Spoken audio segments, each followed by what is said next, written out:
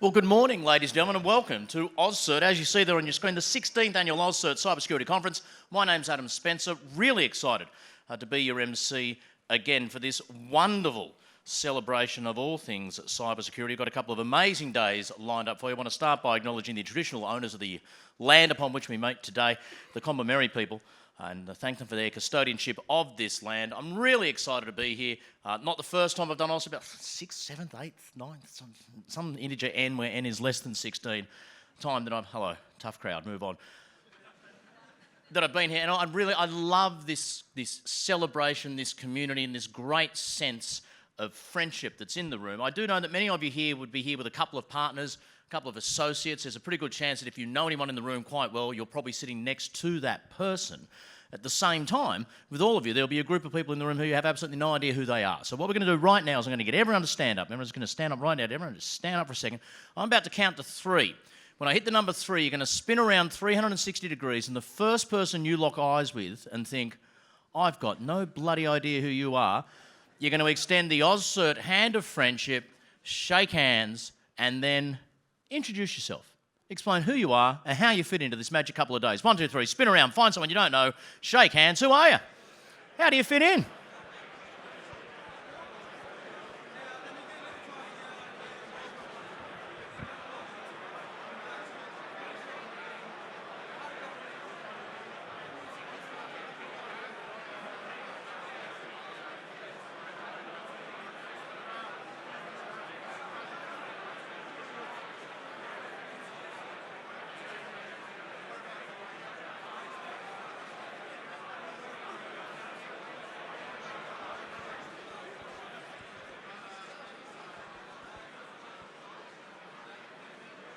Fantastic. Okay, there you go. Now everyone back at me, looking back at me now.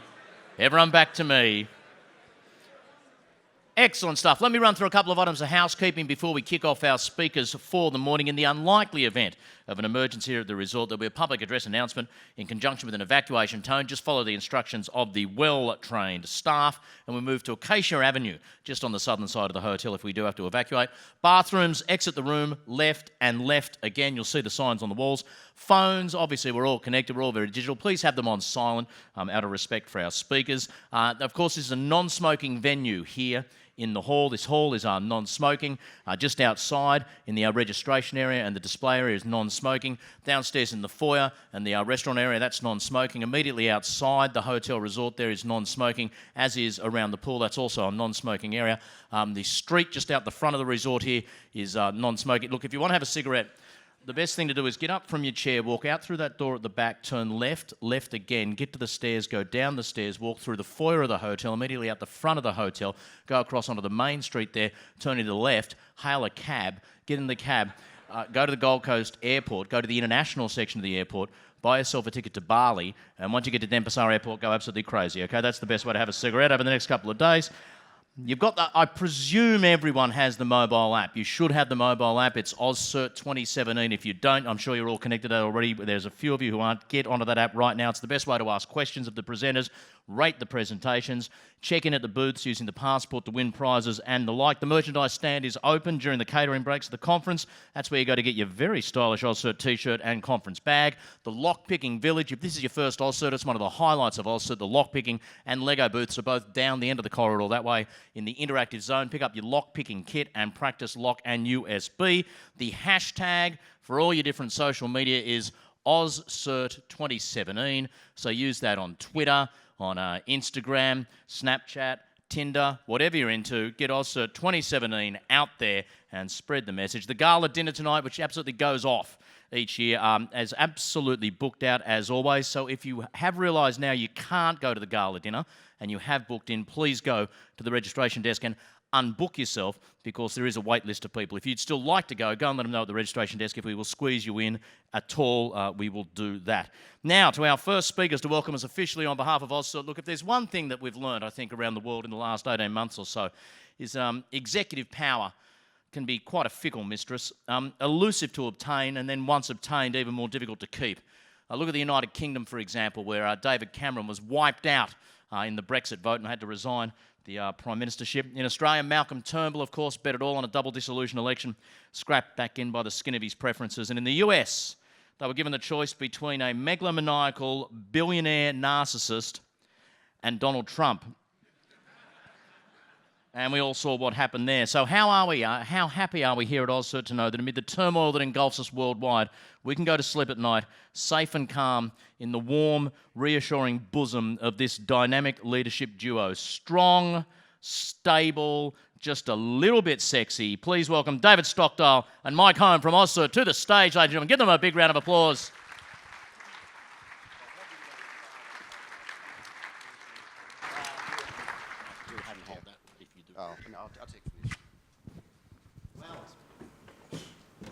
Thank you very much, Adam. I don't think I've ever had an introduction quite that good. But hello to everybody. Okay, so as Adam says, my name is David Stockdale, and I'm the Deputy Director at the University of Queensland with responsibility for AusCERT. So from AusCERT and from the University of Queensland, I'd like to say welcome to each and every one of you to AusCERT 2017, the 16th conference. So I'm relatively new to cyber security, and there are two lessons that I've learned really quickly over the last 6 months. Firstly, as we move to a more digitally connected world, we need to increase everyone's cyber awareness, cyber security awareness. This is everyone's problem, and possibly one of the greatest threats that we'll face. Secondly, the only way that we're going to battle the bad guys and have any success is by working together, which of course is borne out in the theme of the conference, which is United We Stand. So I'm not going to do any big presentations. I know that you're all here because you've got an interest in this field, so I hope you get a lot of value from the next few days. If you'd like to know more about AusCERT, come visit us at the booth. And I look forward to meeting as many of you as possible during the conference. Have a great time, and let me hand over to Mike. Thank you.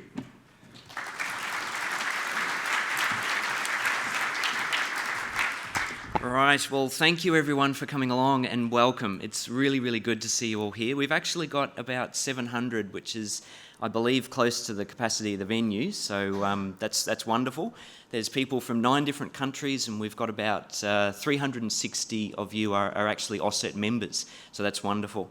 We've got, as David said, we've got some really exciting speakers too, so I'm really looking forward to the talks. I'm going to speak very briefly because I know you're just itching to see our keynote. David mentioned very briefly why we chose United We Stand for our theme, and it really comes back to the operational focus that we have at AusCERT. In the operations team, one of our main things this year is information sharing. As David said, the only way we can get there is together. So there's been a lot of excitement in the team about that. We've got some really good technology that we're piloting at the moment with some of our members. When the time is right, we'll explain that to all of you, and I think you'll be really excited by what we've done.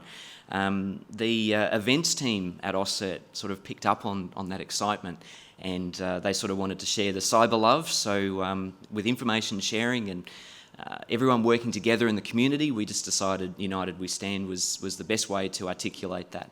So here we are, and one thing that I would definitely encourage you to do is come and put some faces to names. Many of you interact with the operations team at AusCERT through our member chat, good old-fashioned IRC.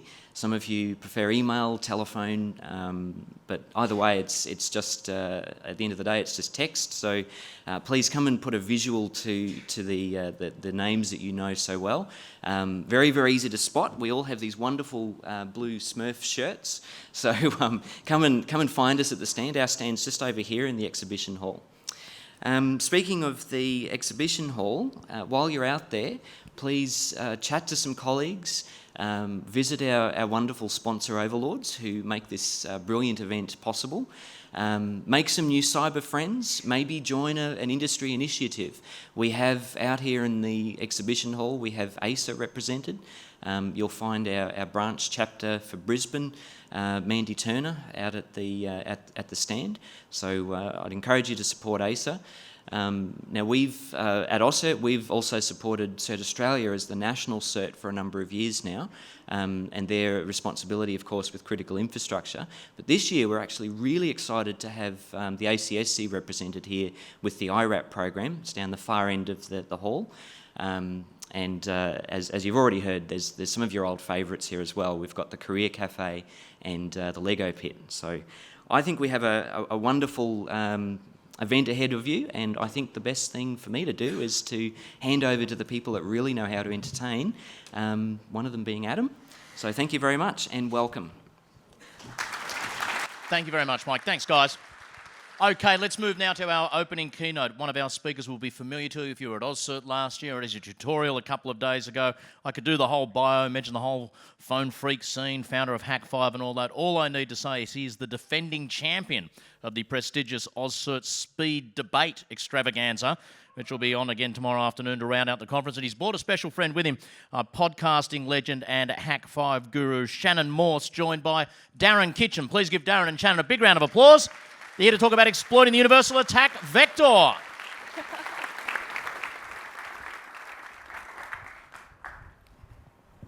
That's me.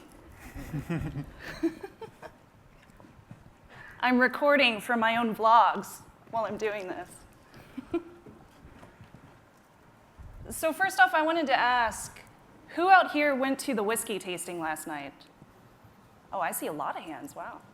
I'm surprised you're awake. I'm assuming it was a good time, though? Yeah? Good, very good.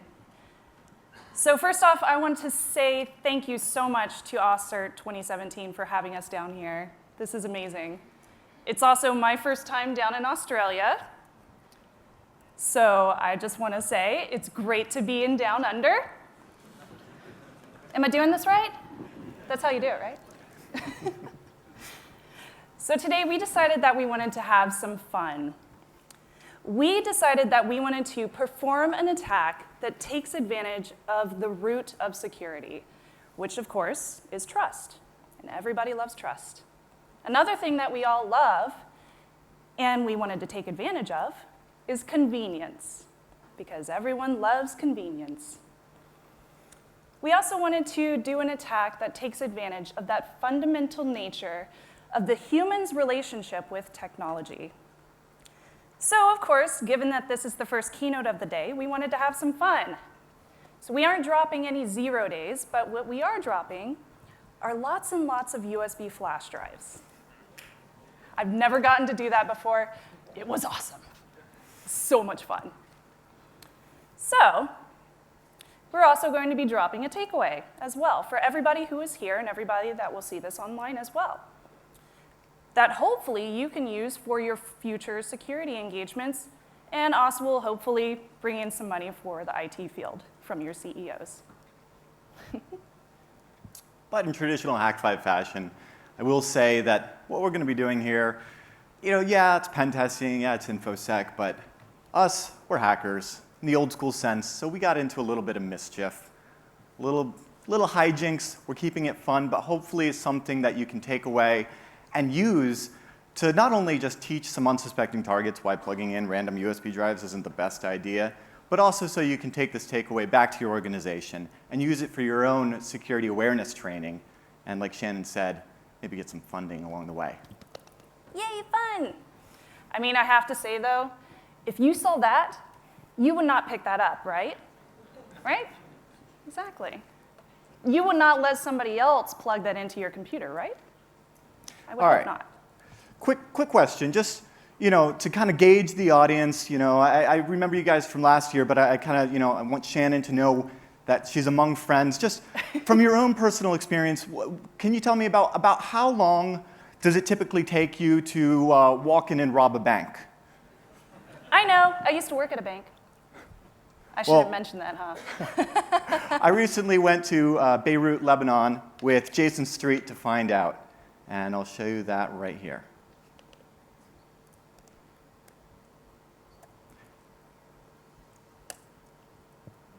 This is courtesy of National Geographic's breakthrough documentary that just aired. Hello.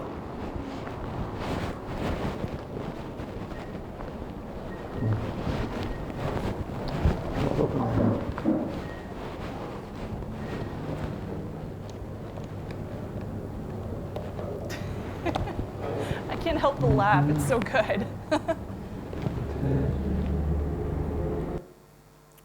All right, so if you guessed about, what, 15 seconds to just walk into a bank So bad. with a USB drive, find an unlocked machine, and plug it in?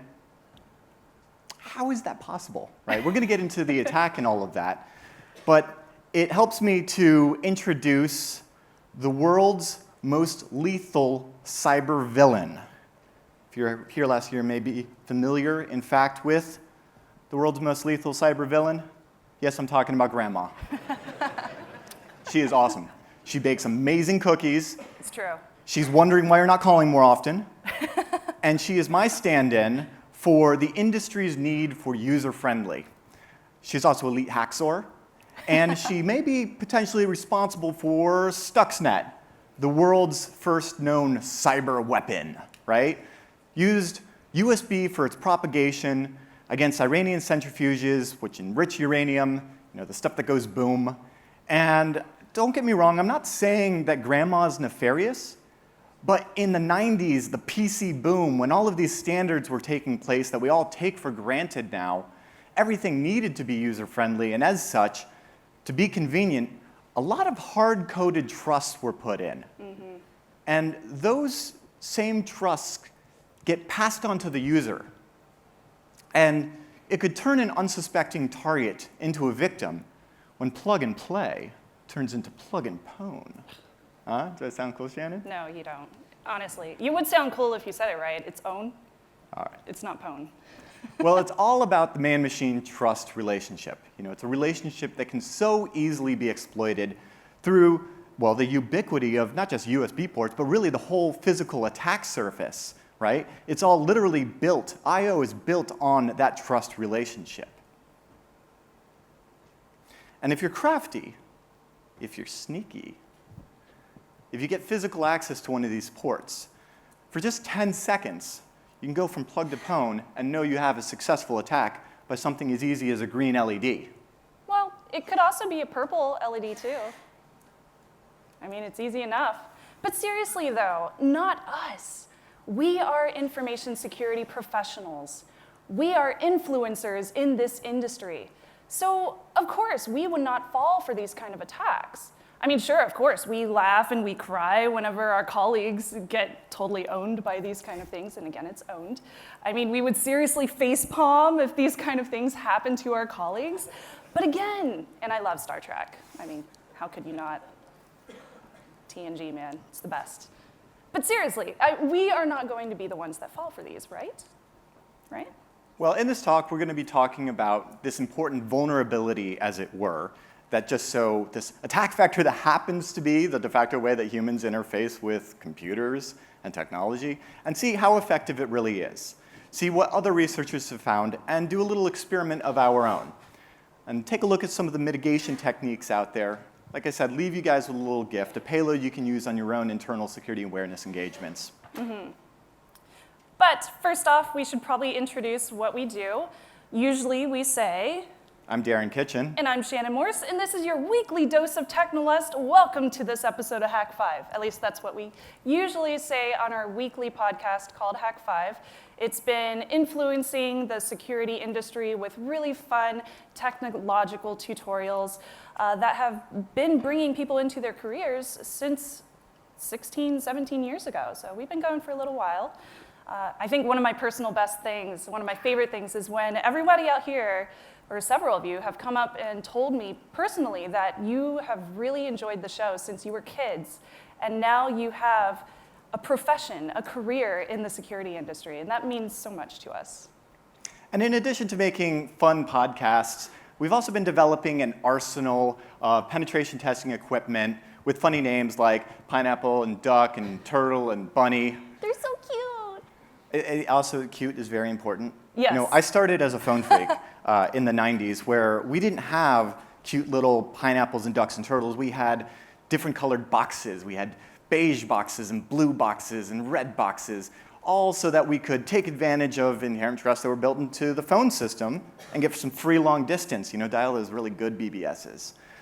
And I feel like it's really important as an industry that we maintain the hacker culture and keep it cute. Because there is seriously nothing better Very than important. when you're on the phone with that high-level official from the government that's trying to buy a bunch of USB rubber duckies, and they're literally on the phone like, there's no way I'm getting this PO approved. You guys got a SKU number or something I can use? And I'm like, yep, it's rubber-ducky.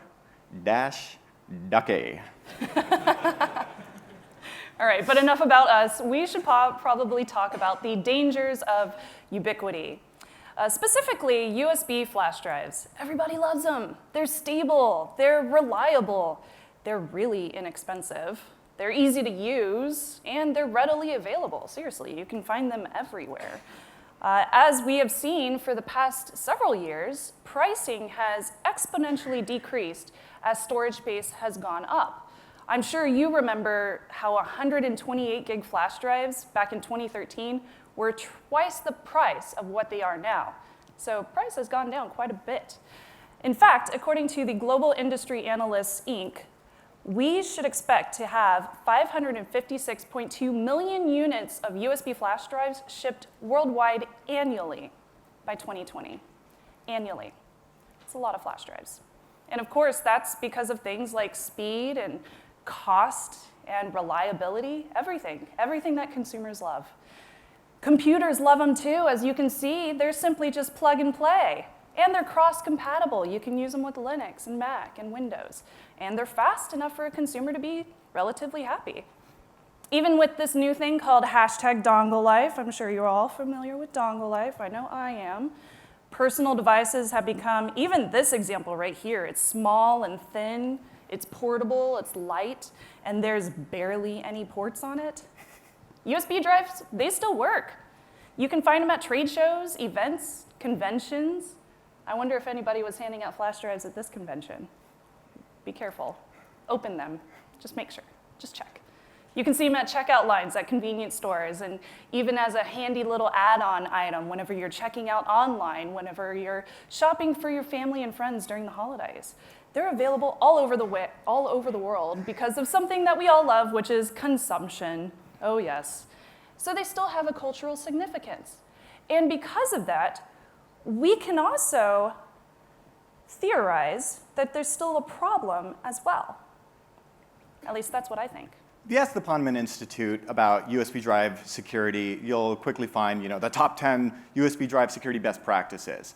I'm not going to go through them. I'm just going to say, interestingly enough, sponsored by Kingston, all about educating users about encrypting drives and not losing drives. And providing employees with approved, high-quality USB drives for the workspace. Woo-hoo. I did mention it is sponsored by Kingston, right? Mm-hmm. But the major takeaways, suffice it to say, most of the education in that is all about, limiting what USB flash drives you use and how they're allowed to be used and setting policies for encryption and things of that nature to minimize data breaches, but not necessarily preventing any sort of other physical access attacks. Right. So we posit a couple of questions. Do we, as security professionals, actually practice what we preach? Do we trust random USB flash drives? So, cue a USB drop. And of course, everybody knows what a USB drop is. It's where a penetration tester takes some sort of amount of USB flash drives, or rubber duckies, and sits them out at a target location, drops them in various different places to try to gain access through some sort of pivot point to a network, through a company, perhaps. So in our case, we decided to use the USB rubber ducky. And of course, what the duck? That's what we have to ask. Well, I'm going to just let a few TV shows answer that question for us, because I've explained it way too many times at conventions.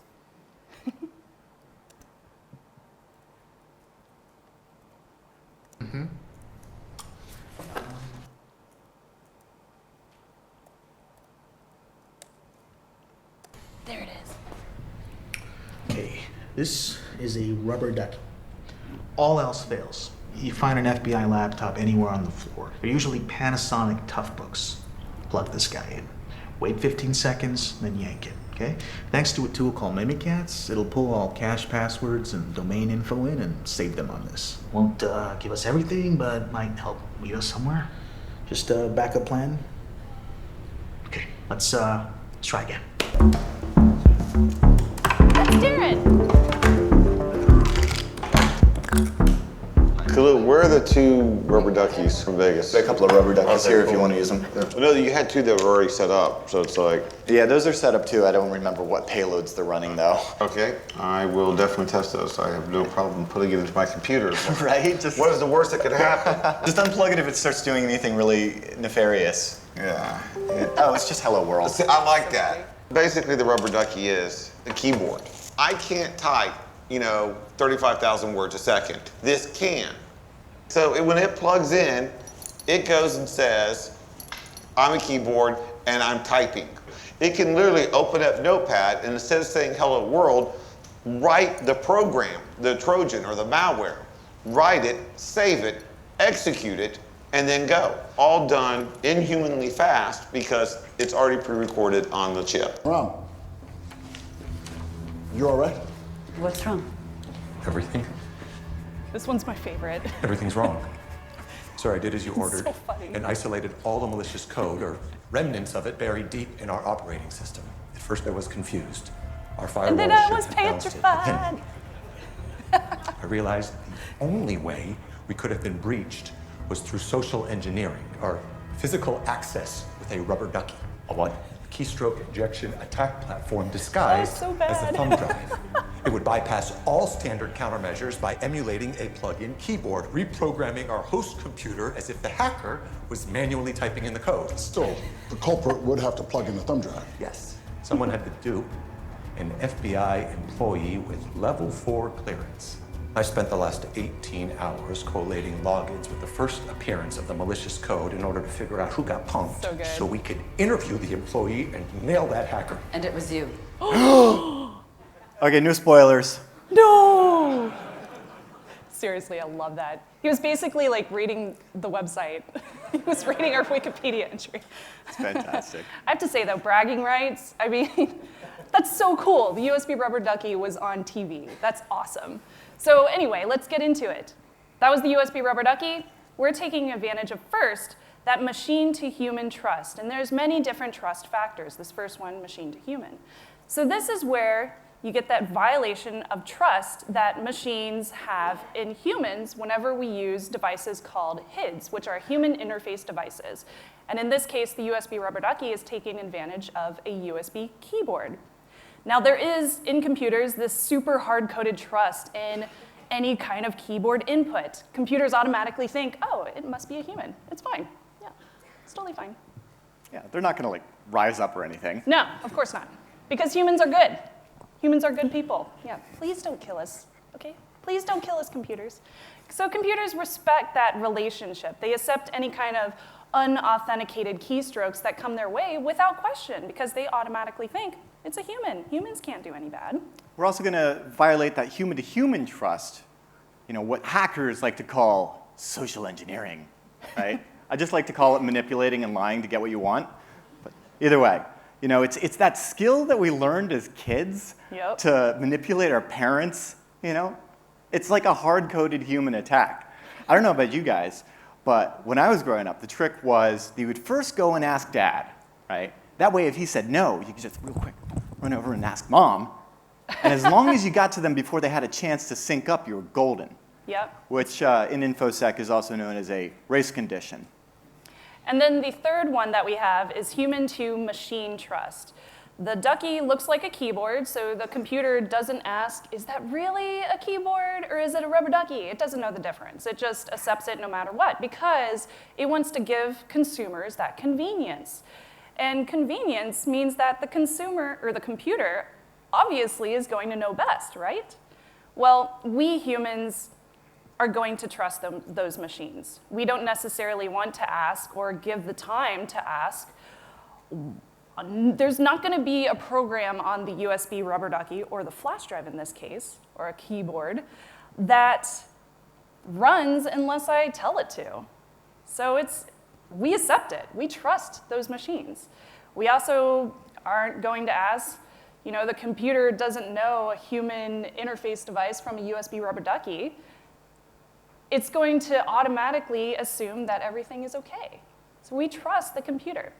But that doesn't mean that humans are stupid. Not at all. We are not saying that humans are stupid. I'm saying that humans are conditioned to think that way over the course of time that we have had with this technology. And what we are saying is that we need to change the way that we think. We need to start policing our own trust in that technology. And it's changed a lot, that trust that we have in machines, as the rise of smartphones and those locked down operating systems that run on the phones and tablets, in addition to those voice assistant butlers, right? They do a really good job of preventing us from hosing our systems, unlike a general purpose PC, and it's in stark contrast to that, right? Right. Your Siris and Alexas and OK Googles of the world are kind of like, to quote Zay Frank, thinking so you don't have to. So we've just gotten so used to the computer knowing what's best. And these attack vectors, they exist because of convenience, and that problem isn't going to go away anytime soon. Because as a society, we expect convenience. If you ask Carolyn Schmidt, she's the program manager for IT security awareness training over at Education NIST, which is the National Institute for Standards and Technology. She says that removable media are portable, convenient, and easy to use to exchange information, and prohibiting the use of all removable media is just not reasonable. Moreover, using removable media safely depends very heavily on the user's own judgment, awareness, and diligence, which means that the responsibility, the onus, ends up on the user. And we as users, we as a society, we expect to have technology that just works. But as developers, as systems administrators, we're tasked with making things that just work, which means that typically we need to put in hard-coded trusts. And then as hackers and as penetration testers, when it comes to breaking those hard-coded trusts, it's oftentimes a matter of just telling the right, simple lie. Something that we have all learned to do from childhood. Exactly. So we decided to do our own USB drop and ask that question again, do we as an industry practice what we preach? We are so good at giving really sound, really good advice, but do we actually follow our own guidelines? We always think, that's not going to happen to me. I'm an expert. I know what I'm doing. I don't need to run antivirus. For example, we did this whole, there it is, an informal poll. 40% of InfoSec professionals don't even run antivirus, for various reasons, of course, but it's not just antivirus. It's also public wireless. It's not using a VPN. It's trusting USB flash drive. It's leaving your PC unattended when you go to the restroom at a coffee shop. Everybody does it. Well, also, I'm an expert. I'm an InfoSec expert. I know what I'm Right. doing, and that's just going to slow down, my frames per second in Counter-Strike. So come on, Of course. come on. I mean, I've done it too. Sometimes I don't use a VPN because I want to watch Netflix. I mean, it happens. So even for this example, RCI tweeted, let's play a game. Spot the unlocked laptops, which are owned by forensics and penetration students. Which, of course, the reply would have to be, do you have a rubber ducky? Yeah, USB drops against an InfoSec crowd. That's what we actually decided to do, to see how we fared as an industry against this very, very popular form of attack. And we're not the first to do this. The Google Anti-Fraud and Abuse Research team did just such an attack against a university campus and presented their findings at Black Hat in 2016. And they identified these key factors to making a successful USB drop attack. And they actually found that a USB HID spoofing or keystroke injection attack, or lying and saying you're and showing up as a keyboard instead of a thumb drive, is actually a really nice sweet spot between the cost and complexity, the reliability, the stealth factor, cross-platform, all of those things that are important to having a good attack, as stacked up against social engineering, for instance. Pretty low cost, right? Pretty easy to just walk into a bank, right? Not nearly as stealth, and not necessarily as reliable. 0 days, on the other hand, those are great. Those are, can be highly reliable. They can be highly stealthy, but they are tremendously costly, not just in dollars and time, and they're not really just like littering the streets, like it could be with thumb drives. Right. So Eli Bernstein of Google's anti-abuse research team identified some unique challenges. Basically, cross-platformness, binary list persistence and creating realistic keys as their unique challenges for a USB drop against this university. All right, so how did we go about solving these different kind of challenges? Well, first off, we had to identify our objectives. Obviously, the Google anti-fraud and abuse research team, they wanted to do reverse shells. But the difference is they are Google and we are Hack5. We don't have a slew of lawyers to back us up if we decided to get a reverse shell and then find some kind of trade secrets or hack the Gibson. We just didn't want to let that happen. So we decided to make it quite easy and help should-be security-minded people with a little bit of security awareness. We didn't want to have any kind of malicious intent because, well, that would be bad, and then we would have to get lawyers involved. So we didn't want to go that way. Our primary objective here was not to use reverse shells for any kind of nefarious fun later on down the road. We just wanted to educate people with a simple pop-up of a web page and show them that there are actual risks of plugging in USB drives. So on those key factors, cross-platformness, typically just OS fingerprinting, figuring out, hey, is this a Mac, is this a Windows, is this a Linux, and then injecting different set of keystrokes dependent on your target. The binary list persistence, well, thankfully we didn't even need to worry about that, but that's obviously setting up a reverse shell with some sort of intelligence and persistence to maintain that connection, to get that reconnection, and then obviously not use stupid simple protocols, not use Meterpreter on port 4444 and get noticed, add a little stealth to that. We didn't have to do any of that since we just wanted to pop up a web page. So instead, we just put together a very simple ducky script. You can take a picture of that too if you want to. Text editor ever.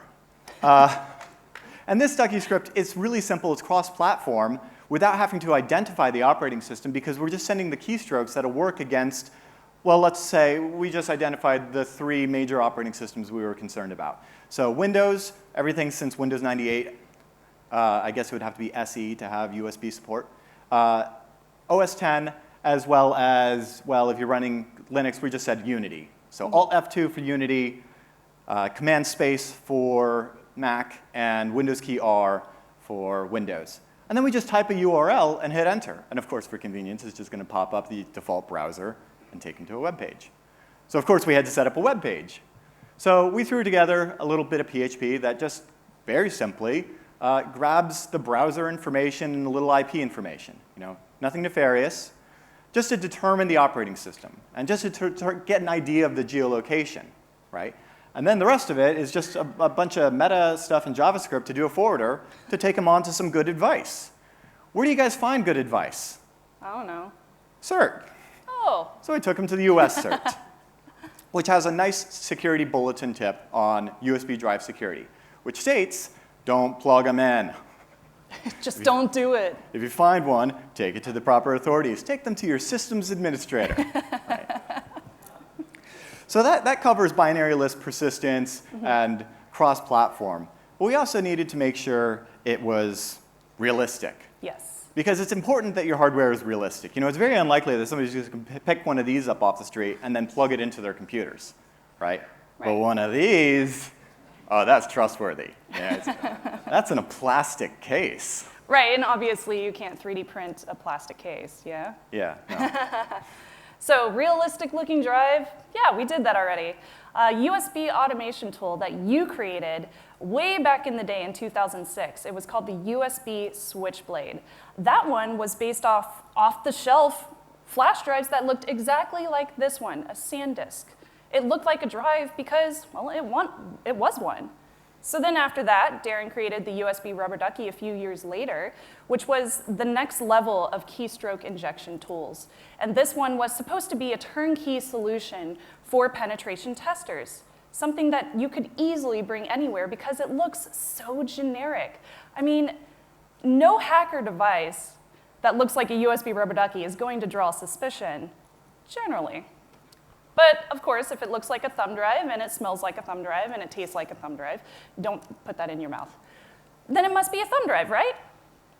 Yeah. So we also had to consider some additional factors when we did this drop.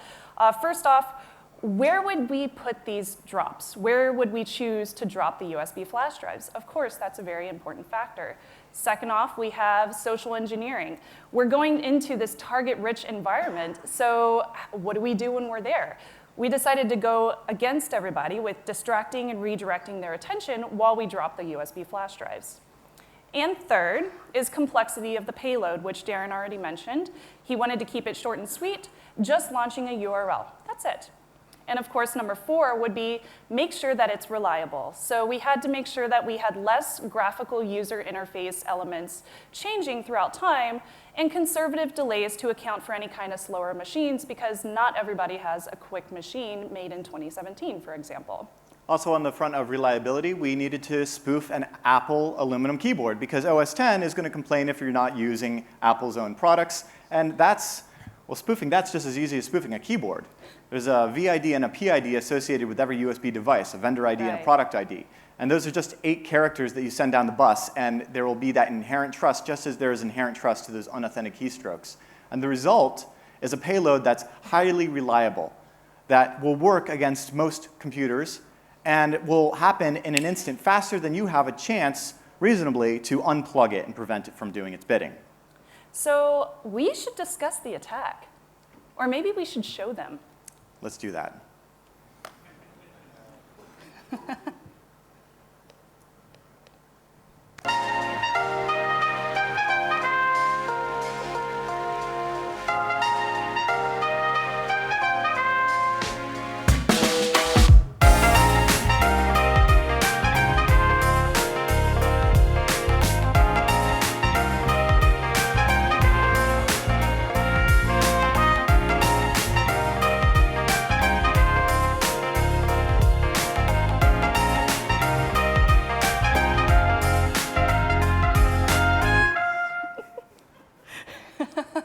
I had so much fun doing that. It was so enjoyable.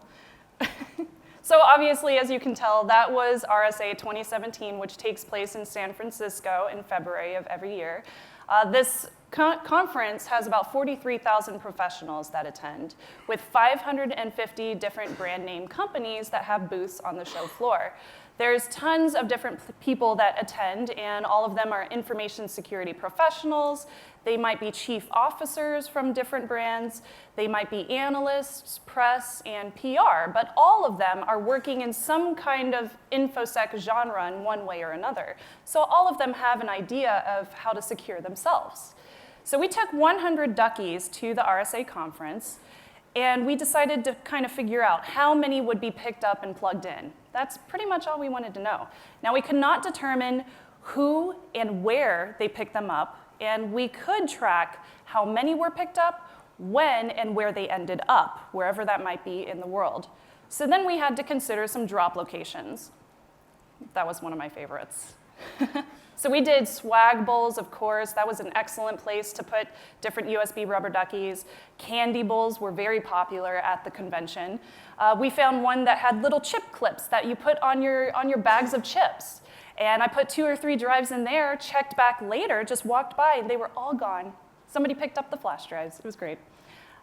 If I did see a USB drive swag bowl, of course, I put some in there because everybody uses the same kind of USB flash drives. They all look the same, so it was perfect. Attendee bags, just like this one, were great because they give those away at the front of the convention for t-shirts and business cards and flyers and whatever else they can find. So that was a perfect place because you just drop it in and walk away. And of course, charging and lounge areas. There were plenty of those, and I thought, easy pickings. Just leave it right there and assume that somebody accidentally left it. But we did have some caveats that we had to consider. So the first caveat was, bathrooms, as you saw, were a great place to leave them, but if you leave one all by itself with nothing around it, people will tweet about it, including this person. So I have a tip for this, a pro tip. Like I did in the video, leave one on top of a booth flyer. It looks a lot less suspicious. I love that the majority of the replies were, plug it in. What could go wrong? What could go wrong? No. Caveat number 2 was don't go in as a recognizable security figure, especially if you have purple hair. Yeah, you get noticed pretty quickly. You'll get noticed. Also, if you're going to do this kind of thing on a more general audience than your own internal organization, put an email address within the code, because you will inevitably get emails from other security researchers saying, thanks for dropping by our booth. Ended up being that they were big fans of the USB rubber duckies. They were like, hey, thanks for the hardware. Where else did you leave them? So let's take a quick look at the analysis, because we did drop 100 drives.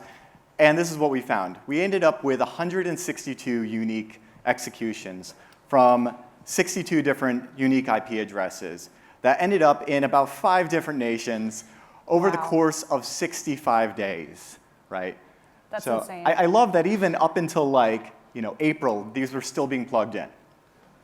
Why? So, and as you might imagine, majority Windows, some Mac, majority Chrome, very little MSIE. So, yay, good to see that. So if we did a similar drop test to this one, we decided that there would be a few things that we would have to consider, and a few things that we would probably do a lot better. Since the USB rubber ducky payload was exactly the same on every single device, and we had 100 devices, there was no way for us to determine which device was being used, so we couldn't tell which location was best. So we think that a unique URL for each one would be a lot better. We should also block bots. I'm talking to the guy with the curl script that decided to hammer on the page, but that's okay. Just throw out the bogus data. We could also add some kind of legitimate looking URL to the front of them. It's very, very easy in these days to screen print on the front of those with laser branding, so you can put a legitimate looking logo on your USB rubber ducky flash drives.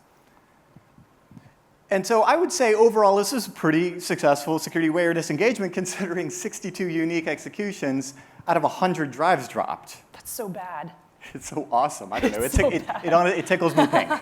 So you're probably wondering how our industry has actually responded to this kind of attack. Oh, Shannon, they have absolutely embraced this kind of attack. It has Really? been, the USB, attack platform has been, it's been weaponized by nation states on numerous high-profile attacks. Remember last year I talked about Stuxnet, the first known cyber weapon? Well, that's offense, though. Yeah, but USB propagation.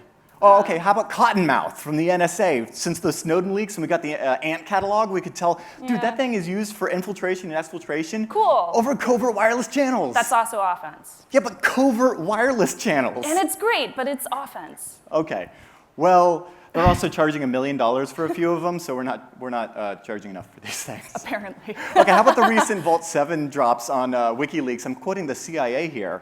The USB rubber ducky is well crafted both through its software and hardware. The software has a nice interface for users and comes with a good amount of documentation and examples online. Yay! So apparently the CIA is now doing our free advertisement, so that's great. So state espionage has obviously decided to use this as a great attack vector, but how has information security gone about thwarting these kind of attacks? Well, seriously, not the best. I would say that it's really cool. We've seen some unique enthusiast hardware. This is the USG. It's a USB firewall. And I think it's really cool. It has some caveats. Unfortunately, it only supports USB 1.1. Unfortunately, it only does mass storage and mouse and keyboard. So, but it's an open hardware, open source project. I don't see it becoming huge adoption, but it's kind of cool to see a response to this kind of threat. Right. On the software side, I've seen just so many of these suites out there to help whitelist USB drives. But as I talked about spoofing the Apple aluminum keyboard, it's just a matter of sending a spoofed vendor ID and product ID, a few other things to mimic a legitimate drive.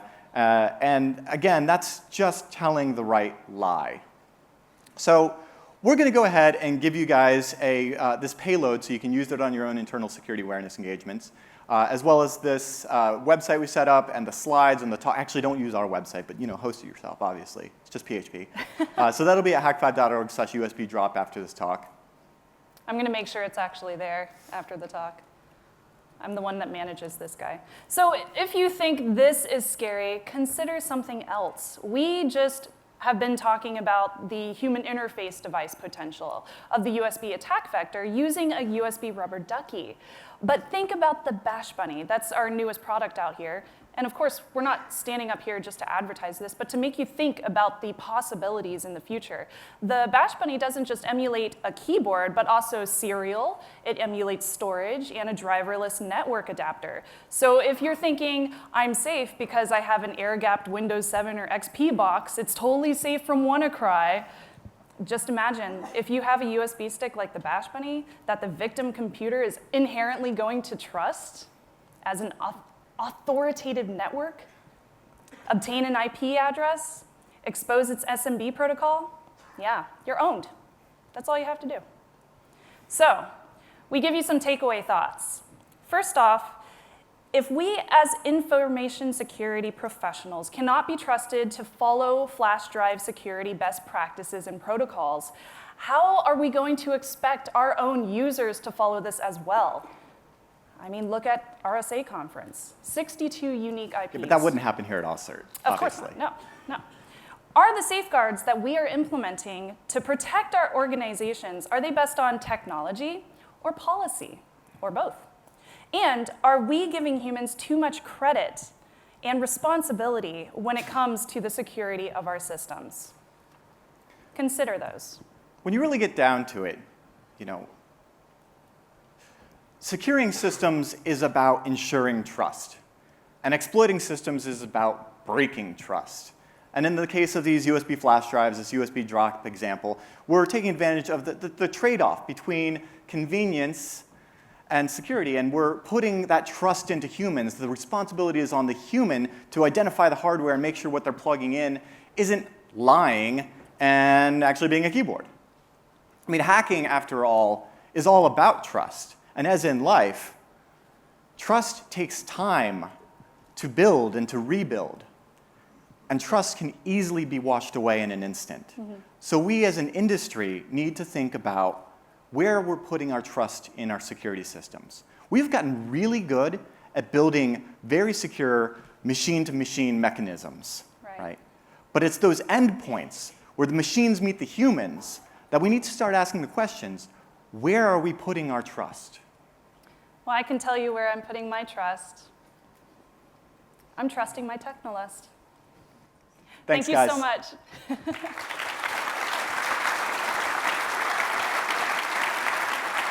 Thank you both very much, Darren and Shannon. I'm going to present you with the speaker's gift for AusCERT 2017. Take that there.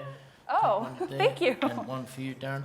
It is a AusCERT certified United We Stand chopping board for the kitchen. It's absolutely awesome. unhackable. It has no USB ports or anything. It is absolutely impregnable. You wouldn't believe it, having just seen it. That was Shannon's first ever keynote at a conference. So give her a round of applause. That was just wonderful, guys. Wonderful, wonderful stuff. And we'll see Darren again defending his title in the speed debate extravaganza tomorrow afternoon. So thank you so much, guys. Give him one more round of applause from Hack 5.